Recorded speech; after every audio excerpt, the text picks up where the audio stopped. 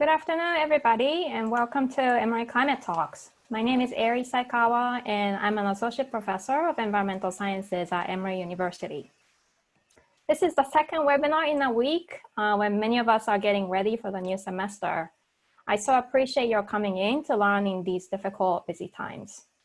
This webinar series is made possible by an anonymous donor that supports our trip to the UN climate change negotiations, and Emory Climate Talks is in partnership with the Department of Environmental Sciences and the Resilience and Sustainability Collaboratory at Emory University. We have so many great speakers coming up, and so please check out our website. Next Monday at 3 p.m., we will have our Emory alumna, Vicky Arroyo, come talk on climate policy and recent environmental regulation rollbacks that we have been seeing. She is the director of the Georgetown Climate Center, and she will also tell us about the recent Equitable Adaptation Legal and Policy Toolkit that they have recently released. For the past talks, please do check out our YouTube channel and subscribe. I will post the information in the chat message shortly. As you might have noticed, we are recording today's talk, and we will make that available to you in the next couple of days on the YouTube channel. For the recording purposes, we have muted your microphones, but if you have any questions during the talk, please feel free to use the chat function to type up the questions so that we can raise them during the Q&A session. Just yesterday, I read 2 articles that were very worrisome related to climate change. One was a Time article that reported a resurgence of child marriage in the last 5 years in northern Kenya due partially to climate change. The other was a Nature article where the researchers found that tropical forest soil carbon emissions were much higher than expected under the soil warming experiment. The pandemic continues, and climate change is not going anywhere either. This is why I'm very excited to be co-hosting this webinar with Goizueta Energy and Environmental Group. The only way we can move forward, I believe, is together. And so I really appreciate Ankita John for organizing this, and for our speaker, Denise Naquib for Marriott International to think about what the business is doing for sustainability and for climate change. Now I would like to welcome Ankita John, the president of the Goizueta Energy and Environmental Group, to introduce our speaker. Hi guys, I just wanted to start off by saying a massive thank you for everyone actually making it here to this talk today. I know that it is a very hectic weekend for everybody, so thank you for making it. I also wanted to say a massive thank you to Denise for actually taking time out of her busy schedule to enlighten us on the importance of sustainability, especially within Marriott and the hospitality industry as a whole. Now, just for a brief introduction for Denise, Denise is currently the Vice President of Sustainability and Supplier Diversity at Marriott International. She has implemented a myriad of different programs such as the Sustainability and Social Impact Platform and Serve 360 that incorporate both aspects of her role. Off to you, Denise. Great, thank you all very much. Thanks for being part of this and really appreciate it. Look forward to speaking with all of you. So I think, Professor, you put up the presentation, it'll be great. Thank you.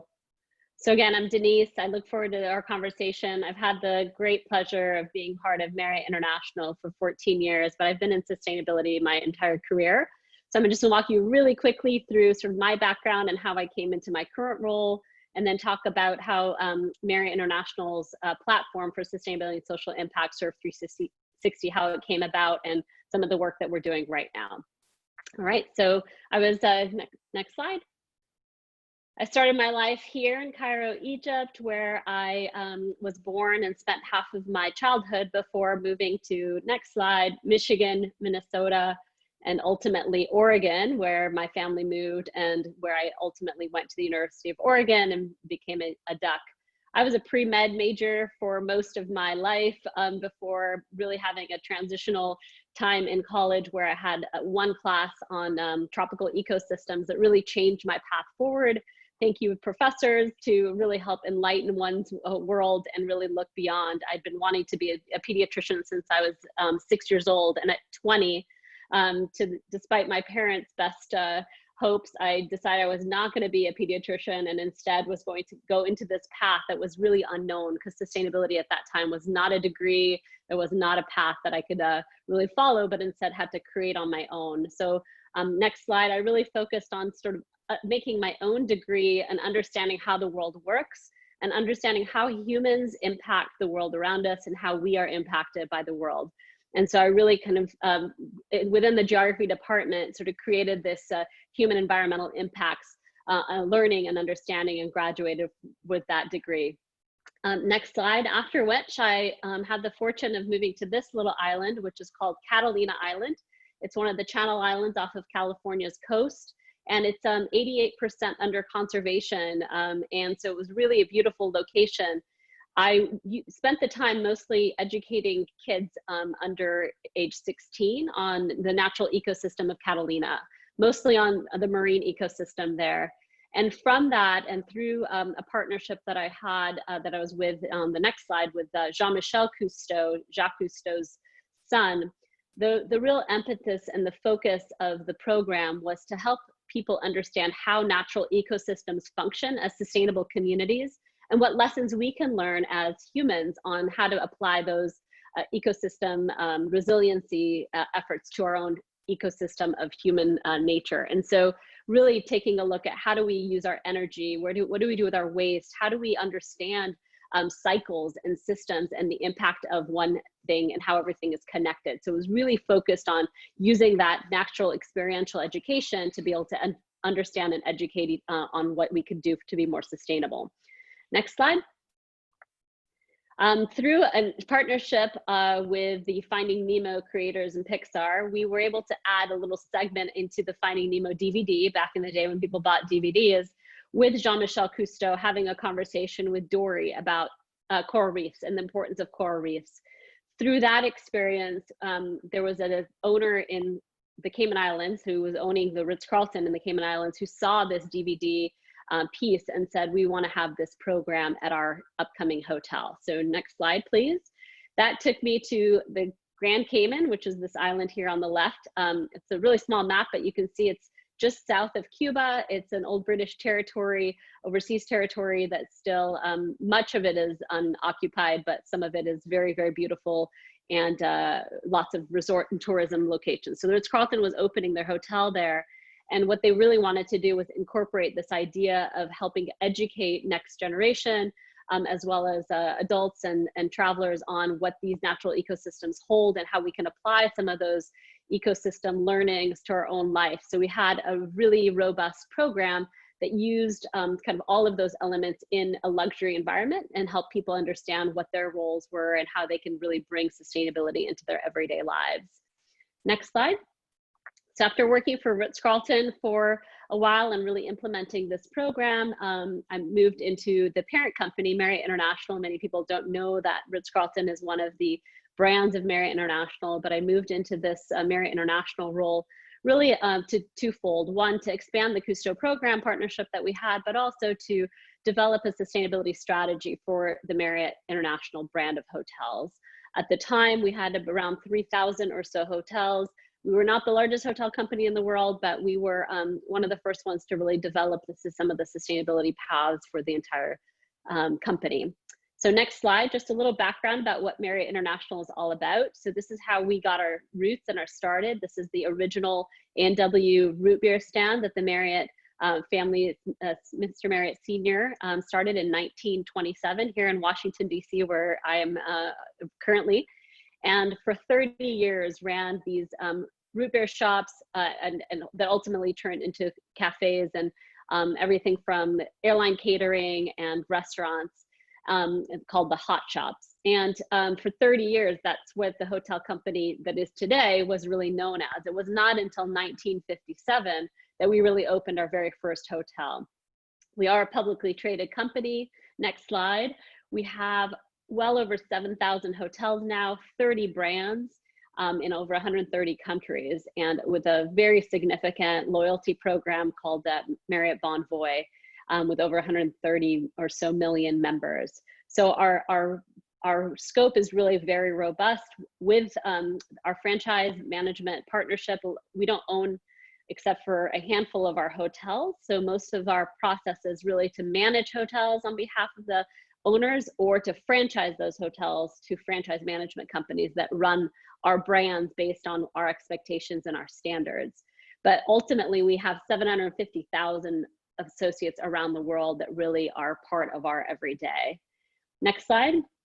So what are one very important core value of the company is this quote from our senior and our founder, senior JW Marriott Senior, which is, if you take care of your associates, they'll take care of your customers, and the customer will come back again and again. So that is really at the root and the base of the company, is to take care of people, whether they're your guests or associates, but really it starts with taking care of our own associate, so that we can ensure that that love and passion and connection to people carries through into the customers. We have 5 core values as a company: putting people first, pursuing excellence, embracing change, acting with integrity, and serving our world. Serving our world is where our sustainability and social impact platform really sits. So before I go into explaining more about the platform, I just wanted to give you one quick slide on the next slide about some of the impacts that have happened because of coronavirus to our industry. We have seen at one point, at the peak of the situation at hand, over 2,000 of our 7,000 hotels closed. We had hundreds of thousands of people furloughed or laid off because of it. And obviously, as many of you know, people are traveling a significantly less, if at all, right now. And that doesn't include just for leisure travel, but also for meetings, for business travel. So our industry has been hit incredibly difficultly with all of this. We just had our earnings call a few days ago, and one of the really valuable stats to know is that revenues are down 84%. So that has just been the biggest impact to our business. As our CEO says, it's more than, you know, the 2 world wars that our company has been through the financial crises, multiple financial crises from 9/11, 2008, etc. So significant impact. And so our company is obviously reeling from that, but also taking very significant actions to ensure that we are preparing for when that time comes, when we will travel again and people will be staying in our hotels and meeting and connecting through our spaces. So there's some pictures here, but our commitment to cleanliness plan for our rooms and our public spaces, and what's recently been rolled out with around meetings and events. So lots of work that's been happening while our company has been impacted, our industry has been impacted by COVID. All right, so next slide, I'll just walk you through Serve 360, which is our sustainability and social impact platform. Again, it's called Serve 360. It's called, the subline is doing good in every direction. You can see here, it's kind of rooted in this compass, again, back to a nod to travel. And it's focused on 4 primary areas of focus. 1 is called Nurture Our World. 2 is called Sustain Responsible Operations. 3 is Empower Through Opportunity. And 4 is Welcome All and Advance Human Rights. Next slide. We rolled these out in 2017, and I know this is tiny font. There's a lot of access you can get to. At the end, I'll give you a link to our sustainability report, our Serve 360 report. But this essentially shows you that we've got these 4 coordinates, and there are goals, public goals under each of them that really guide our path forward between when we launched these in 2017 and 2025, when this particular set of goals sort of comes to fruition. So just to go into a little bit deeper on each of the following slides, I'll walk through each of the coordinates. So the first coordinate is, the next coordinate, sorry, is the nurture coordinate. So we'll go to the next one. This is really where we focus on everything from volunteerism, supporting, we do a lot of work with children. We also have a significant amount of efforts that are around natural capital. Again, back to some of the climate resiliency, we know that we need to support the resiliency of communities where we operate, whether that be, again, from a humanitarian perspective in disaster times, or in just really supporting things like, mangrove restoration and tree plantings and protection of waterways, et cetera. And so the investment in those kinds of systems are really critical. Next slide here is around sustain responsible operations. This is really where a lot of our environmental work sits, everything from reducing our carbon, our water, waste, renewable energy, from building better buildings to ensure, while we don't own our assets, we work with our owners and our developers. And again, ensuring that through these processes, we're trying to continuously improve the types of buildings we're putting up. We have adaptive reuse. So we're trying to look at how do we, build or use existing buildings to make them into hotels. That's what adaptive reuse, so that we're not just building new buildings every single time. We're also looking at sourcing responsibly. How do we ensure that the primary supply chains that we are part of, when we're bringing in food into our hotels or we're bringing in textiles, that we're looking at both environmental and social impacts of those. And so developing and defining what does that look like, and then ultimately mitigating climate related risk in a variety of ways throughout our operations. Next coordinate is called Empower Through Opportunity. We feel, well, travel and tourism is about 10% of GDP. It is in 1 in 10 jobs are tied back to the industry. So we feel we have a real opportunity to ensure that we are part of the communities where we operate, and bringing in everything from diversity within our workforce, getting people who don't have skills to be able to skill up and be able to come into our industry. There are a lot of great examples of people who have started and succeeded and been in the company for 30+ years, who started in hourly jobs, started in dishwashing, started in stewarding or housekeeping or whatever it may be. So there are, great opportunities to grow within the company. And so our job is, through this goal, is to really try to connect in with diverse, at risk. We do a lot of work with refugees. This also is where a lot of my team does all of the diversity within the supply chain work. And so this is where we're trying to also connect in and ensure that we are looking at diversity throughout our supply chain, and ensuring that we really get a level playing field for everybody who wants to be part of our workforce and our supply chain, as well as things like our ownership. Since all of our hotels are essentially owned, how do we get more diversity, more women-owned hotels, more minority-owned hotels, et cetera. And then last but not least, our fourth coordinate is welcome all and advance human rights. Again, we know that a lot of good can happen when people travel, in terms of being more open and understanding of cultures and respectful of cultures. But we also know that there are risks inherent in travel and in hospitality, such as human trafficking. And so we have human trafficking training that over 650,000 associates have taken as of last count. And that really helps them understand how to identify those signs of potential human trafficking. What are some of the signals as a front desk agent you should be looking at for somebody to potentially be, that they're doing something they shouldn't be, and what to do about it, to not put yourself at risk, but to ensure that you're trying to flag the authorities accordingly.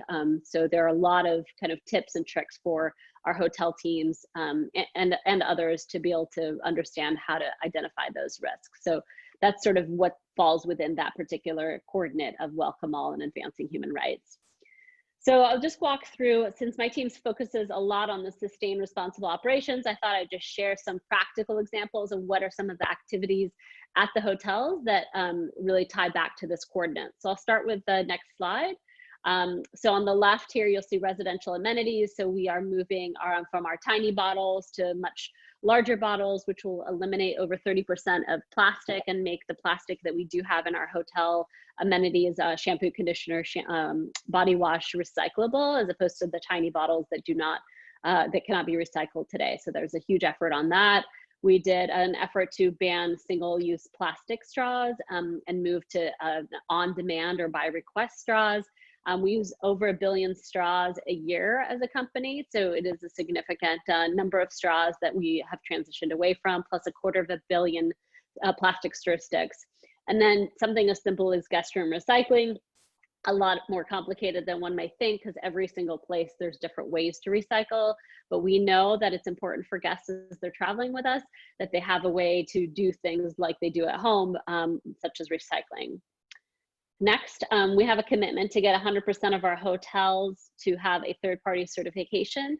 Again, to make it easier for travelers to understand that a hotel does have a lot of things in play on the sustainability side, and that they're really just looking sort of for this seal of approval, if you will, as opposed to having to know, the 25 different attributes of what the hotel is doing. So these are some of the markers of third-party certification that we look for and that our hotels move towards. We're about 34% of the way towards that goal. So again, we've got 5+ years to get to the finish line, but it is a differentiator. It does create hotels that are preferred by certain travelers, especially through some of the businesses that we partner with.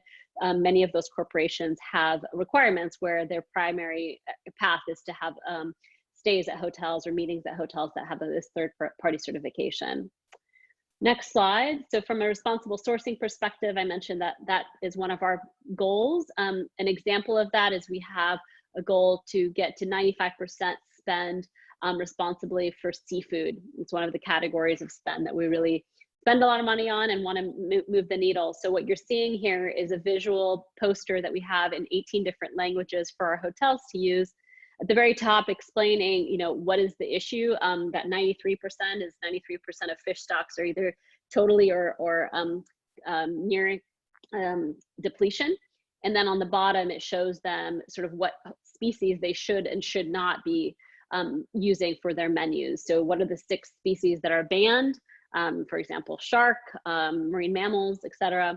Which ones they should avoid, which ones are the best ones, and which certifications to look for. So these are just examples of how we take this big picture philosophy strategy as a company and then really narrow it down to what can a chef do, what can a housekeeper do, what can a hotel manager or general manager do. Next slide. Also in the kitchen, we know that there's a significant amount of climate-related risk tied to emissions from food waste. And so we have a goal to reduce our food waste by 50% from, again, across our up to 2025 timeline, with our 2016 being our base year. So we are using this model of this carrot.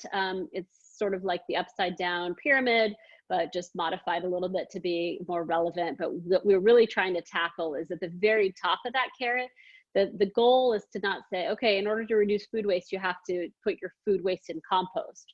That's one of the paths, but it's much further down. It's actually like the almost second from the bottom in the carrot, the bottom being landfill. We want to try to get chefs to understand their work, understand what it is that they're wasting, use data and analytics to determine what kinds of things are being wasted so that they can make changes and modifications to how they are preparing and serving foods. So the very first step is called source reduction. We want to make sure that we're reducing the waste from being created in the first place. So think, understanding buffets and how buffets are managed and run. Think dietary changes, is your group mostly vegetarian, then maybe you shouldn't be serving so much meat because then otherwise that's going to get thrown away. And again, that's like a double whammy from a carbon emissions perspective because it takes a lot of carbon to be, our greenhouse gases are created to be able to make the meat and then ultimately dispose of it. So these are just examples, but we have worked with our industry peers to create a website called hotelkitchen.org.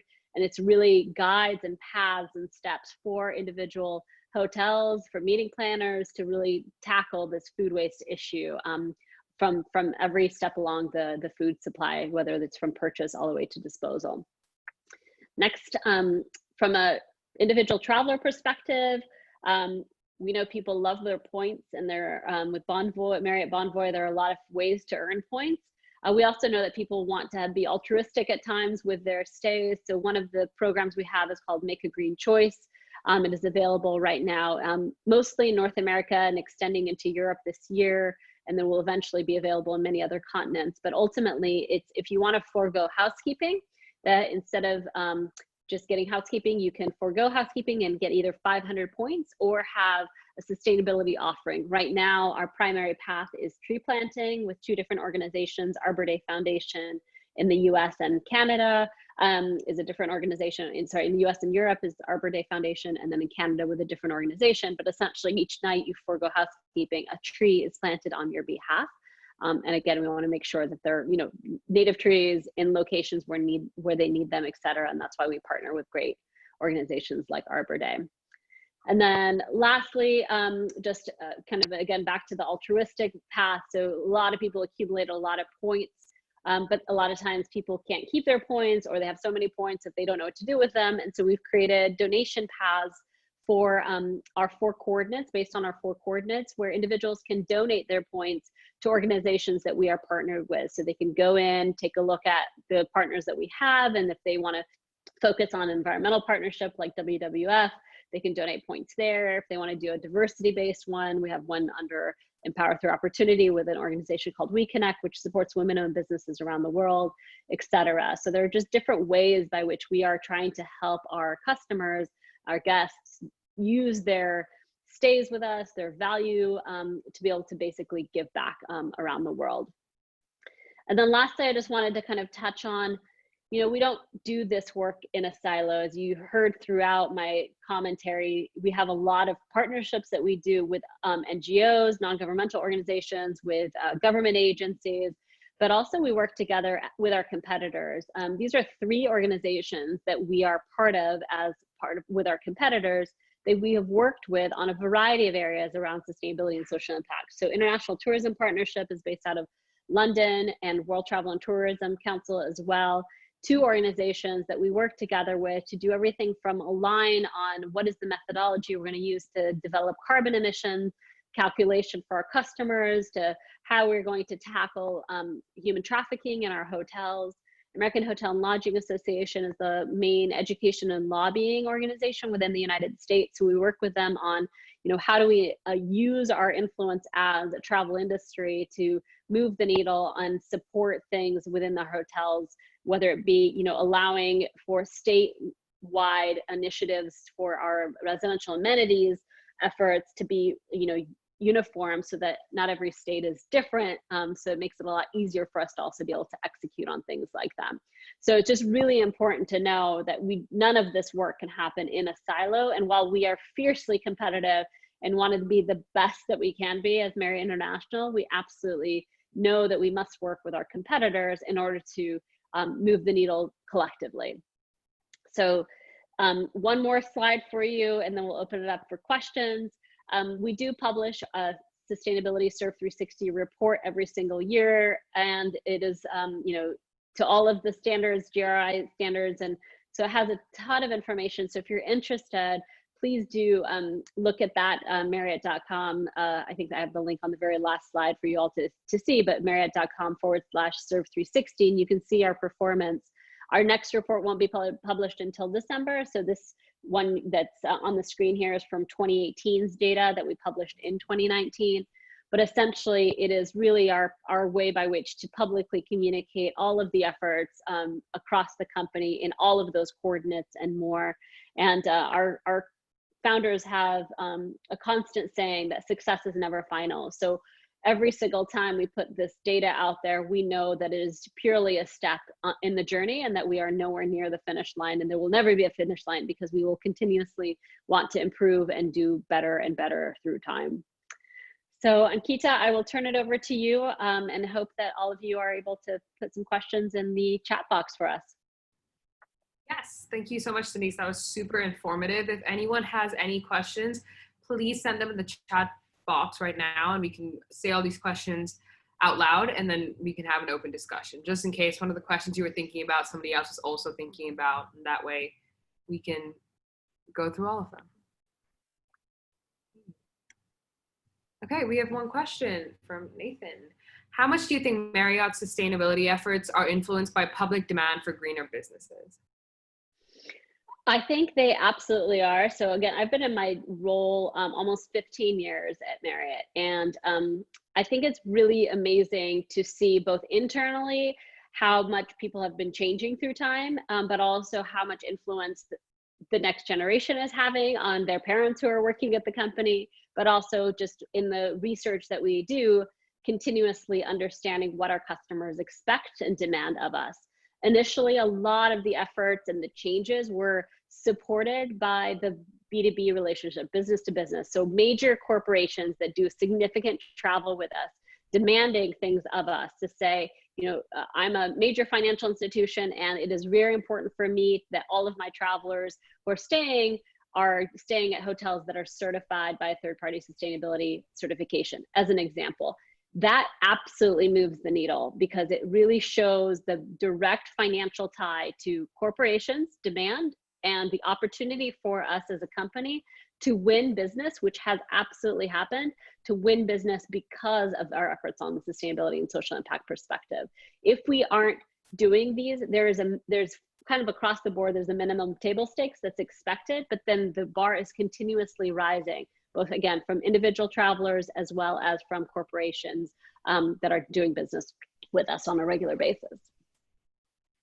Perfect. Our next question is, How do you feel Marriott's sustainability efforts compared to its competitors? In terms of the travel and tourism sector, I mean, I do think that we are constantly sort of going up and down alongside each other. I do think that my peers are doing a lot of great work. You know, we work closely with our partners at IHG, at Hyatt, and at Hilton, as well as Accor out of Europe. I think we all have certain things that we're doing really well at, and certain things that we're constantly striving to move further. And I think that back to that comment I made about the industry partnership, that's one of the primary value points of us working together as an industry, is that we are all moving forward and pushing each other to move forward faster and faster through time. What is the best and worst part of working in the hospitality industry as a whole? Oh, well, obviously the perks are pretty nice. Getting to travel and be part of a travel industry is quite amazing. I think being able to see the level of impact that we can have, because we are in, you know, so many locations, over 7,000 hotels around the world, 130 countries, the spread of our business is quite incredible. And so I think just being able to really touch and influence so many different things, I think that's a plus and a challenge, because at the same time, it also means that we have to be respectful of the diversity of where our hotels are, the type of cultures and locales that our hotels sit in, and what demands or requests or preferences, et cetera, exist in those locations. We cannot, this is not a one size fits all. What we do in one place cannot be universally applied 100% of the time. So oftentimes we're having to really understand, and through an incredible amount of due diligence, understand if and make sure that our paths forward on any program or project or whatever it may be will be absorbed and actually implemented in those locations. We have a subset of our sort of volunteer core, if you will, called the Take Care Champions. They're sort of our champions of sustainability and social impact in the hotels. So there are, you know, thousands of them, and they're really important to us because they also help give us insight and feedback. We use them to bounce ideas off of if we're working on a project. And we also, anytime we're going to roll out a project, we don't just say, okay, you know, 7,000 hotels go. We test things, we get feedback, and I think that makes it really a valuable point to understand what those barriers are before, you know, just putting something out there and then having it completely fail. Perfect. Our next question is, what are some of the barriers to advancing sustainability in the hospitality industry? Well, I think one of them is that, you know, people, when they travel, especially for leisure, they are like, I'm being pampered. I want to be pampered. Maybe they behave in a way that they don't normally behave at home, whether that, you know, they take more showers, they use more water, they are more wasteful, whatever it may be. So trying to balance not negatively impacting a guest experience with helping to support sustainability and educate our travelers as well as our associates throughout their experience. So we can't take away from the experience. The goal with sustainability and travel is to ensure that it adds to the experience, it doesn't take away from the experience. So that balancing act is quite present. I also think, you know, value is still incredibly important. You know, when people shop around, whether it be for a flight or a hotel or whatever it may be, they are looking, you know, and comparing. And so you have to be able to differentiate yourself in order to kind of get the business. But at the same time, sometimes some of the things that we want to implement potentially could add cost, or could, you know, be a value proposition that doesn't have a value, or we can't put a value on it. You know, is there value in having, you know, a better shower experience that is low flow? Is it better, do you have better value if you have, you know, organic sheets versus not, whatever it may be? Some of those things potentially, like I said, could cost more, but how do you ensure that what you're providing to the consumer is the best that can be, while ensuring to meet their needs and the needs of sort of society and community, et cetera. So that's, I would just say that's, you know, I think there are lots of different barriers. I think the other aspect of it too is this system of not owning our assets. So the way that the model generally for our competitors and us, we don't own our hotel, we don't own the physical building. So if we want to make modifications to it, for example, put more energy efficient systems in place, or those kinds of things, those things have real costs, and we aren't really the ones to make final decisions on it. We can influence, we can try to help put together ROI, case studies, et cetera, for our owners, but ultimately we're not the ones who own the building. We don't run we run the building on behalf of the owners, so we have to do it efficiently and effectively, but at the same time, knowing that we have to use our owners' dollars to be able to do that. That makes a lot of sense, yeah. Our next question is, how is Marriott working to partner with local recycling facilities to maximize recycling efforts, given that there are such different regulations across the country and across the globe? Yeah, so I think for anyone who knows anything about the kind of recycling world, especially in the United States, it has been completely decimated in the past several years because of China's decision, rightfully, to stop taking our trash. And the Western Hemisphere's trash. So that's been really challenging for a lot of our hotels, because now they're trying to figure out, well, how do I deal with this challenge? And, they're not experts in waste management, and they have to run an operation. They can't run around town trying to figure out, well, how to dispose of their thing. So it is really, part of it is through these partnerships, again, with our waste haulers, but also with our other competitors in a community to say, we really need to help support the infrastructure development of recycling in this community. We, as one of the many businesses in this community, want to have this as part of the way that our business is run. And so we have what's called business councils, which are leaders of the hotels, general managers in markets, and they generally work at the sort of the city level. So imagine a whole bunch of general managers come together, and then that they may work with the competitors, they may work with their local, the mayors and the local administration and city councils to do some of these things, like help develop and build out infrastructure in those communities to help with the recycling facilities.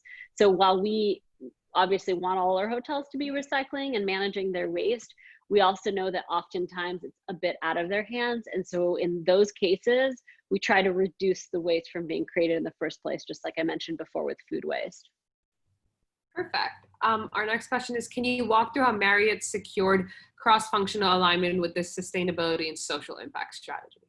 Yeah, great question. So we are a very complicated but very connected kind of company. We don't do anything just in a silo and make a decision and move forward. In order to put together our sustainability and social impact strategy and our goals, we spent almost 2 years, and we interviewed, workshopped, and connected with hundreds of associates at all levels, most senior leaders all the way to hourly employees across the globe, to help understand what were the challenges, what do they foresee as sort of the Marriott of the future, where do they want to see us, 10 years down the road from a sustainability and social impact perspective. We said, if you could solve any, human world issue, what would it be? And ask some of those kind of challenging questions so that we can really gather across the company what the perspectives are of the people. And then based on that, we really use that as, okay, these are all the things people want to do. I mean, we literally had people say, how can we help solve world hunger? And we didn't just say, oh, we can't do that. That's not our job. We said, okay, what are the ways that we could potentially tackle this as a challenge? How do we, as the community leaders, oftentimes address those kinds of challenges? And we put together our goals as using that framework from all the feedback and all the insights. We also partnered and worked with everybody from consultants to our non-governmental organization partners to bounce these ideas and to say, if we tackle these areas, are we actually moving the needle in a way that's meaningful? Does it actually address some of the world's biggest challenges? We also mapped against the SDGs, the Sustainable Development Goals, again, to ensure that the work that we were doing wasn't in a silo, but was really connected to what the world feels are the most critical things that we need to focus on for the long-term future and health of the planet. Okay. Our next question is, what is one big thing that Marriott wishes to implement in its sustainability efforts going forward? I think like a wish list item would be definitely kind of embedding much more renewable energy throughout our hotels. I kind of back to this comment about we don't own our assets. We did a huge modeling of what would it take if we could put, you know, solar panels on all our hotel rooftops, how much of our energy would that actually cover? And I know we can't have an interactive conversation, but just to give you the number, at best case scenario, it would get 15% of any hotel's energy source. 15%, best case scenario. So obviously that doesn't make sense. You know, yes, we have rooftops, we can do something to supplement, but that's not the solution we would be looking at. So I think other paths we need to look at, and I think that are definitely in the longer term kind of lens, is how do we invest in significant renewable energy projects like wind generation and solar generation off property, off site, to be able to build and feed into the grid more renewable energy. At the individual hotel level, I think that a significant area of opportunity is still food waste. I think we have the greatest opportunity to move the needle as we look at food waste. And I think it's something that a lot of different entities within the hotel, be it the guest or the staff throughout different departments, can really impact. And so I think that's a big effort that we really are wanting to and focus on tackling as we move forward. But we have over 25 goals, so I won't pick my favorites, but those are two that I think have great opportunities for the future. Okay. Okay, so the next question we have is, given the pandemic and like the cost cutting that is happening across the entire hospitality industry, do you think sustainability efforts would take a back seat? I think it's a really great question. I don't know if I know the answer to that. I think there's definitely been a lot of efforts that have been rolled backwards. I think you heard Professor at the beginning talking about some of the news that's happening. I think on the other side of it, I think there's been a resurgence of understanding the impact and the connection between the demise and the decline of healthy ecosystems and the increase of pandemics. So I think if you read anything on those two things, you understand, okay, we need to start looking at the health of our ecosystems in order to reduce the number of pandemics and the level of extreme impact that these pandemics have. One very small example is that there's been a huge rise in West Nile virus. You know, over a few years ago, there was a lot of stuff that was happening in the Caribbean with Zika, and there's been a lot of studies now that have tied that to the decline of native birds in those ecosystems. So I think we need to step back and just, instead of just focusing on the micro of, okay, well, this cost cutting equals we're not going to be able to do some of these sustainability efforts, to really look back and say, what is it that we can or should be doing to ensure that we're not in this kind of situation again? And it's not just about, fixing a little thing here and there, but I mean, I think it'll be very interesting to see what happens through time. I think we're still in the middle of it. So I think it'll be really, it's too soon to say what ultimately will be the long-term cost. But as many of you can imagine, there's obviously been a lot of increase in use of single-use everythings because of people, concern about contamination, everything from PPE and the impact of PPE and the disposal of PPE. So I think sustainability in hospitality and in the globe has both been hit potentially from a waste perspective, but also, because of the reduction in travel and the reduction in a lot of emissions, it has also been helped on one side. So it's a bit mixed. So I don't know if I know the answer to that. I think, hindsight's 2020, but I think we'll probably be able to see a lot more of that long-term impact on the other side of this, 2021, 2022. Okay, I think this is one of our last few questions coming in. Do you believe that sustainability attracts new customers? Does a significant portion of potential customers prefer hotels that implement sustainable practices?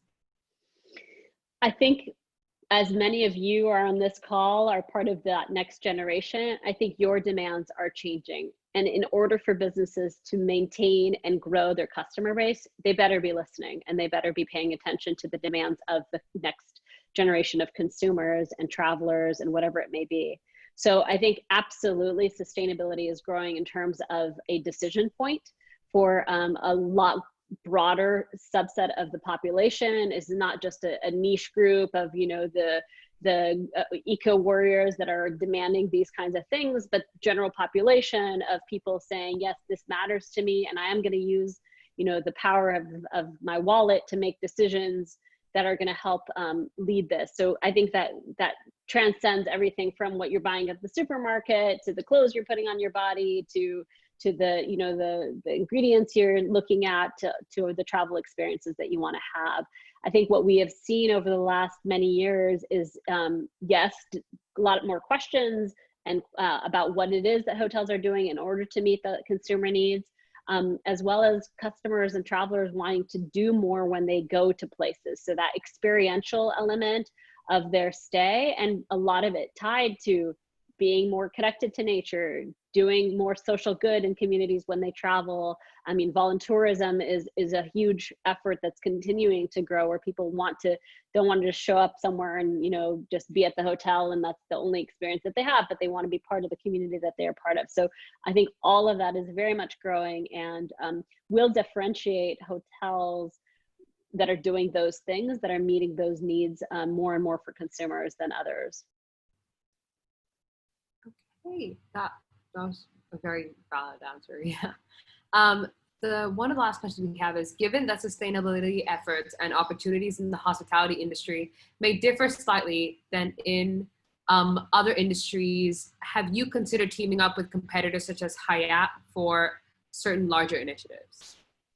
Definitely, yes. As I mentioned earlier, we do partner with Hyatt, Hilton, IHG, etc. We started the first big effort was in 2012 when we partnered with 22 of our competitors to align on a single methodology to calculate carbon, so that we can all be doing the math in the same way for our customers. That was a big effort. Recently, we have made commitments under some of our partner organizations to, with things like our committing to, you know, working towards science-based targets, human trafficking training, reducing carbon and water and waste in our hotels. We've done a lot of work on food waste recently. So absolutely, I think both within our sector and then beyond our sector, I am part of many different thought leadership groups where I really learn from and partner with and engage in people, my peers people within our supply chain. So our big, you know, product purchasing, whether we buy, you know, textiles from them or, you know, food and beverage suppliers, you know, working with them to understand what's within their R&D, what are they working on to produce better product. As I mentioned, because we have these goals on our supply chain side, we absolutely have been engaging with our major suppliers to say, this is the path we're going. What is the path you're going, to make sure that we're aligning, and also to learn from them. We don't know all the answers, and we want to also understand, you know, for any of our suppliers, what it is the work that they're doing. So I think it's a mix of both working with our competitors, but with those big suppliers that we really depend on and lean on for products and services around the world, to understand their work and move the needle together. Okay, the next question comes from Professor Saikawa. She says, thank you so much for your great talk. I think that sometimes messaging makes a very big difference in sustainability, meaning that people's behavior could differ by different messaging. Are there any success stories that you could share from your experience that led to positive outcomes from a specific messaging effort? Great example, Professor. Great question, Professor. I'll give you one. It's not super recent, but I think it was really meaningful because it was one of the first projects I worked on. So, I mean, I'm sure most of you have been in a hotel. You've seen the communication of, you know, if you want your sheets changed, do this. If you don't want your sheets changed, do that, etc. So when I first started working on this project, I was part of the Ritz-Carlton brand, and there was a significant pushback based on research that had been done with certain with luxury travelers at that time, that said, do not do this automatically. Like, people need to have a choice. They should have, if they don't want their sheets changed, they should tell you, don't change my sheets. Otherwise, just, you know, leave it in the current system, which is to change it every day. And so we started in that path. We said, okay, if you want your sheets left, so if you want to do the sustainable thing, tell us. Okay, so we're putting the onus on the guest to tell us to be more sustainable. And so we started down that path. And first of all, it was confusing for guests because they didn't realize they had to tell us. And then we would change the sheets and they were like, why did you change your sheets? I thought you didn't change the sheets. Anyway, so went sort of this round and round from that particular perspective. We, about 6 months into that path, we decided to flip it and just automatically go the path from a sustainability perspective where we default to the sustainability route where, you know, for Ritz-Carlton, it was, we leave the sheets for 2 days, we change the beds every other day instead of every day. And there was significant fear that people were going to freak out, that like we were going to lose our luxury consumers. They were going to say like, this is terrible. And, you know, this is luxury and you should be changing my sheets every day. Cause you know, that's how everybody does it in their home, etc. I'm just kidding there. But ultimately nobody cared. Guests didn't notice, they didn't care. And we ultimately saved a significant amount of, you know, energy, water, and chemicals because we were now washing sheets, you know, less frequently. So I think that is a really simple but like clear example that we can all relate to in the stays that we have in our hotels. The other one I think that's similar is around the towels. You know, put the towels here, don't put the towels there. And I think we're still trying to crack that one. We tell the guests, hang up your towels and we won't change it, but housekeepers change it. So we actually changed the training and the communication to housekeepers because the guests were doing the right thing, but housekeepers were still taking the towels down. So instead of making it complicated from a housekeeper perspective and saying, do this and do that and do this, we just said default, again, don't change the towel unless it's like visibly soiled or on the floor. And it just made it much, much easier for housekeepers to know what they could do, to understand that it was the path that the guests wanted, that they were actually meeting the consumer demand by doing it this way, as opposed to, you know, feeling nervous about following that path. So I absolutely agree. There've been some really interesting studies on sort of trying to influence people to do the right thing by peer pressure, to say, you know, like, you know, 85% of the people that stayed in this room, you know, didn't have their sheets changed or whatever. We did not opt to go that path with our model, just because it's very difficult to actually like get to the like stats like that. But instead we sort of flipped it on its head and defaulted to the more sustainable offering. That was so fascinating. I didn't even think about the impact of messaging on like the way people like operate in a hotel room. So one of our next questions is actually, how do you set goals for improvement and figure out what next to accomplish on your to-do list of things you would love to do in the sustainability aspect of things? So there's something called a materiality assessment, where you basically sort of look at the whole world of like, what could you do, and figure out sort of what's the path and what makes sense. So I mentioned earlier sort of our path and what we did to get to our big set of goals, our 2025 goals. But because those are very long-term goals, I mean, they're almost 10-year goals, and but we are measuring them and doing analysis on them every quarter. So it gives us an opportunity to understand, are we meeting the needs of our goals faster? Are we slower? Are there things we need to modify or adjust? And from several of them, we actually met our 2025 goal like after year one. So obviously we didn't set the goal right because it wasn't challenging enough. So I think taking a look at then, okay, well, why wasn't it challenging enough? And how do we then modify that particular goal to be more aggressive, or what else do we need to plug in there? So it is a continual improvement process, but we currently are based and rooted in this very robust set of goals that we started with. We absolutely add or modify accordingly through time, because we're really kind of 2 full years of reporting in. We haven't had to do significant number of goal revisions, but we're getting to the point where we potentially are going to have to be looking at it. And because of the COVID impact, we also might need to be taking a look at, like, are we actually realistically going to meet these goals in the time frame that we set out, because we ultimately lost a period of time. And for example, in 2020, with 2,000 hotels closed, I mean, you better believe our carbon numbers are going to go down, but that's not realistic. They're not going down because, you know, of conservation. So we're going to have to modify and take a look at that. And then I think we also need to constantly look at what's happening around us, right? So there's huge movement on trying to reduce single-use plastics. We didn't have a particular goal on single-use plastics, but we had a waste reduction goal of 50%. So how do we kind of build into that particular goal, specific efforts around plastics, given the huge influx of efforts around that particular thing. So I think, long story short, I think it's all about continuously evaluating your goals and modifying them through time and getting feedback from, all various stakeholders sort of on a regular basis, whether it be from your consumers, what are we hearing, what complaints are we hearing about, NGOs, what kinds of issues are coming to fruition that we didn't think about before, and then, from our own associates, what's bubbling up to the surface from our own people. Okay, that sounds good. Considering timing, I think we'll take one last question. And this one is more related to like your whole education path. So this question goes, how did you figure out that sustainability is what you wanted to go into, considering that you transitioned from a pre-med track to this particular career path? So as I mentioned, sustainability wasn't even like a word used in university at the time that I was taking my courses. So I just happened upon this one course that was really focused on, at the time there was giant hole in the ozone, massive deforestation and, for hardwoods in Bali and Southeast Asia. And just this idea that we as humanity are making a significant impact to the world around us, and it's impacting us at the end of the day. A lot of people say sustainability is about saving the planet, and I always say the planet's going to be just fine without us.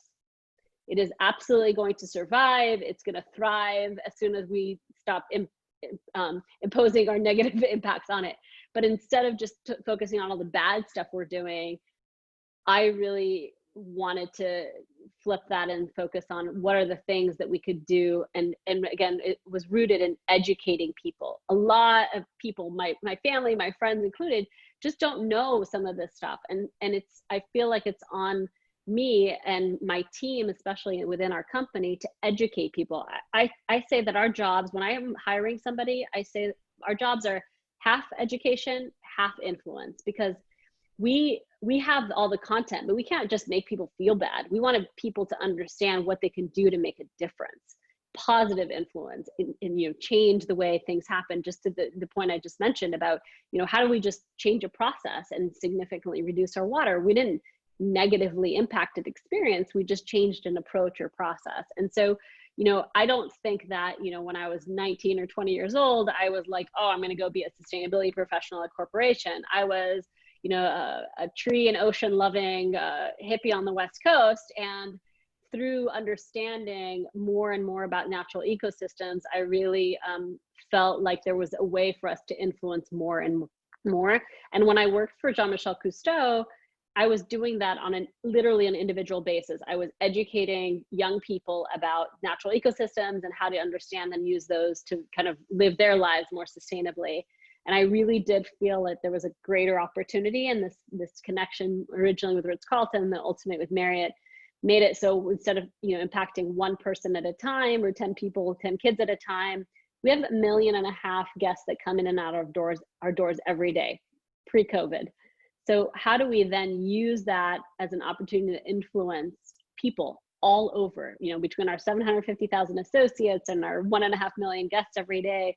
How do we influence them to make positive change in their own environment? And so, that didn't happen overnight. That was very much a through time. And I think it's very different now. I think there are sustainability roles everywhere. Every company has people like me who are doing this for their company, whatever kind of company it is. And so, anyway, so that's kind of a side comment around the question, but hopefully that answers the question there. Yeah, the answer was great. That was super insightful, considering that that's something I'm interested in too. But I think that ends our Q&A session. Thank you so much, Denise. Thank you. Thank you very much for having me. Your talk was so informative, and I considered things that I'd never really considered about the hospitality industry before. So thank you so much for that. Thank you. Professor, do you have a last few words to say? I don't. I just wanted to thank you, Denise, as well. Maybe we can give a round of applause from us for on behalf of everybody. Yeah, so thank you so much, and then stay safe and healthy, and hopefully you can come back next Monday for another seminar. Thanks, everyone. Bye-bye. Thank you so much. Bye.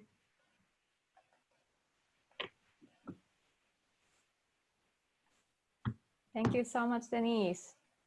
Thank you.